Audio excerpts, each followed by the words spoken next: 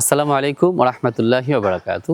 আমরা বাংলাদেশের প্রখ্যাত একজন আলেমের মুখ থেকে গতকালকে কয়েকটি কথা শুনেছি। উনি বলছেন যে জামাত ইসলামের লোকেরা আমার প্রতি খুবই রাগান্বিত অবস্থায় আছে। কারণ হলো নির্বাচনের আগে উনি একটি কথা বলেছিলেন। নির্বাচনের আগে উনি বলেছিলেন যে আগামী নির্বাচনে বিএনপি ক্ষমতায় আসতে যাচ্ছে এবং জনাব তারেক রহমান সাহেব প্রধানমন্ত্রী হবেন। জামাত ইসলামের কথা হলো যে এই কথা বলার কারণে নির্বাচনের প্রেক্ষাপট পরিবর্তন হয়ে গেছে বা নির্বাচনের মুহূর্তটাই কি হয়ে গেছে, ঘুরে গিয়েছে।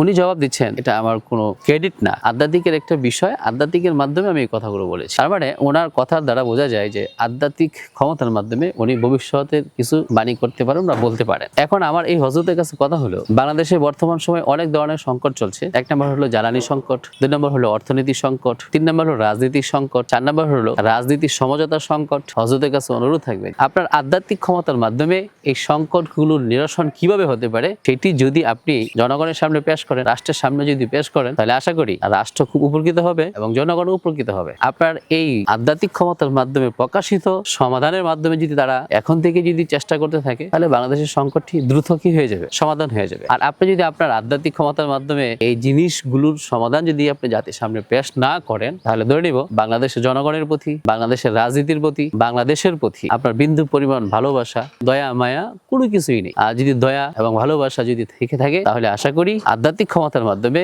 এর নিরসন কি হবে সেটা জাতির সামনে খুব দ্রুত প্রকাশ করবেন। সে আশা রেখেই আজকে এখান থেকে বিদায় নিচ্ছি। আসসালামু আলাইকুম ওয়া রাহমাতুল্লাহি ওয়া বারাকাতুহু।